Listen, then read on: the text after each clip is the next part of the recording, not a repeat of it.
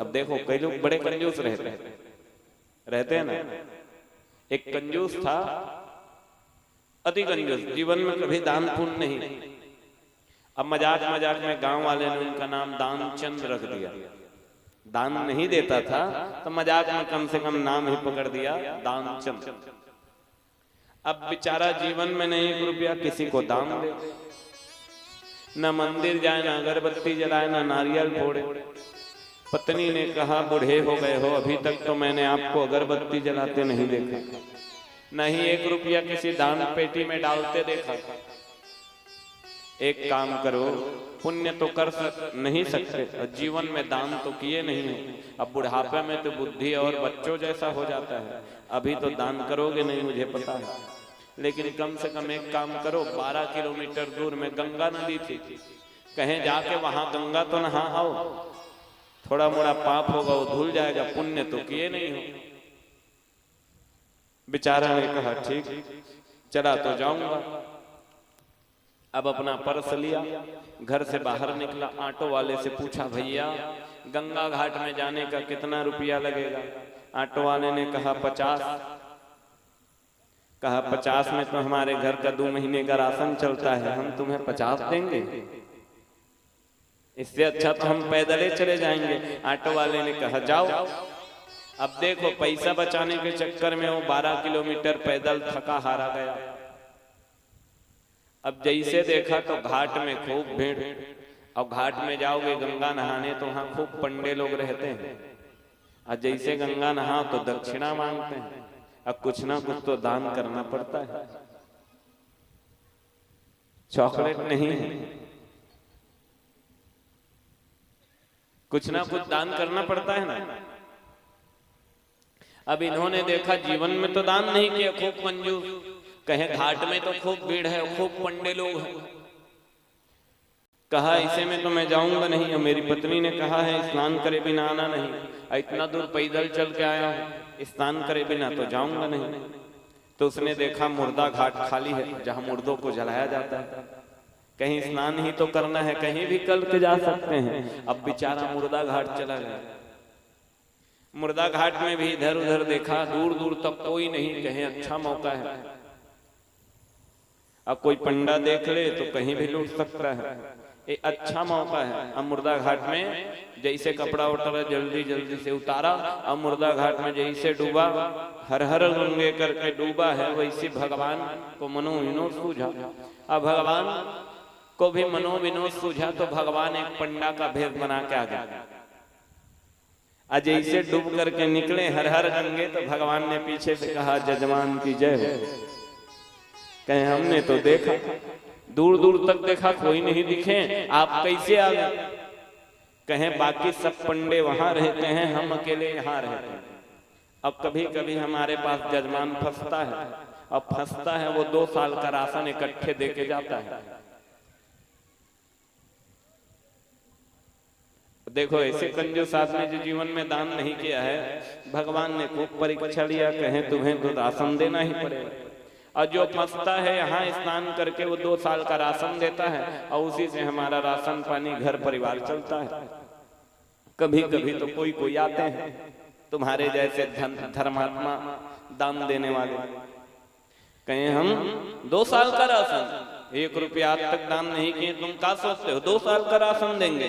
कहें अच्छा ठीक, 2 साल का मत दो, 1.5 साल का तो दे दोगे, 1.5 साल का तो दे सकते हो। फिर कहा 150, कहीं भी नहीं देंगे। कहें चलो ठीक है, एक काम करो आप 1 ही साल का दे दो। कहीं 1 साल का भी नहीं देंगे, कहीं 1 साल का भी नहीं दूंगे, कहें 6 महीना का दे दो, कहें 6 महीना का भी नहीं दूंगा मैं। आज तक दान नहीं किया, लेकिन भगवान जो पंडा का रूप बनाए थे तो खूब हट्टे कट्टे थे। ये सेठ जो था बड़ा कंजूस, ये बेचारा दुबला पतला डरा, कहें ज्यादा बहस करूंगा तो एक आध झपाट मारे तो मेरा तो हो गया यही काम। कहे मैं 6 महीने का भी राशन नहीं दे सकता, बड़ा गरीब आदमी हूं। कहीं 1 महीने का तो दे दो, 1 महीने का भी नहीं दे सकता। अच्छा एक काम करो, ये तो बड़ा कंजूस था, कहाँ देगा?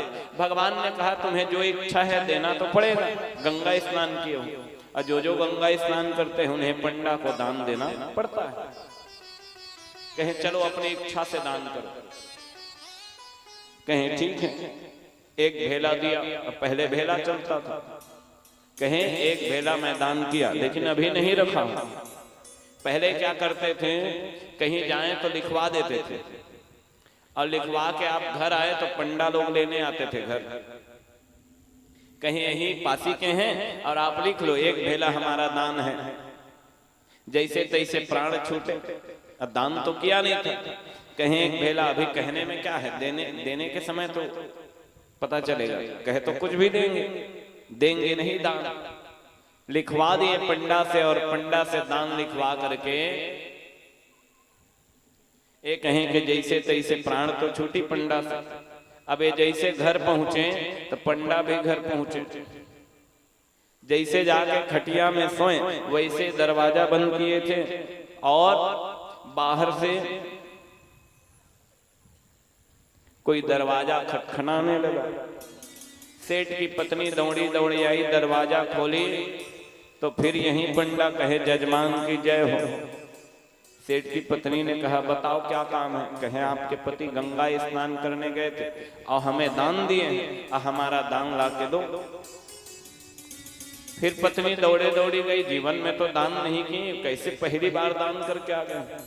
पति के पास गई, कहें स्वामी जी आप गंगा स्नान करने गए थे तो पंडा को कुछ दान किए थे। कहे तुम्हें कैसे पता चला? कहे पंडा आ गया, बाहर खड़ा है। कहे हमने तो ऐसे ही जान छुटाने के लिए कह दिया था कि एक भेला दान दिए हैं, हमें कहाँ पता ये इतना जल्दी आ जाएगा। एक काम करो, उसे कह दो कि सेठ जी आराम कर रहे हैं, किसी और दिन आए। पत्नी दौड़ते गई, कहे सेठ जी आराम कर रहे हैं, किसी और दिन आए। कहें एक काम करो, हम किसी दिन और दिन नहीं आएंगे।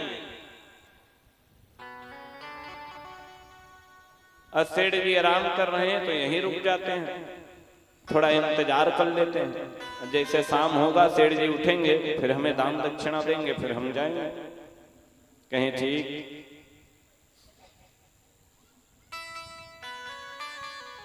अब सेठ जी के पास फिर पत्नी दौड़ते गई। कहें स्वामी वो तो कह रहा है मैं भी आराम कर लेता हूँ, फिर सेठ जी उठेंगे तो दक्षिणा लेके जाऊंगा।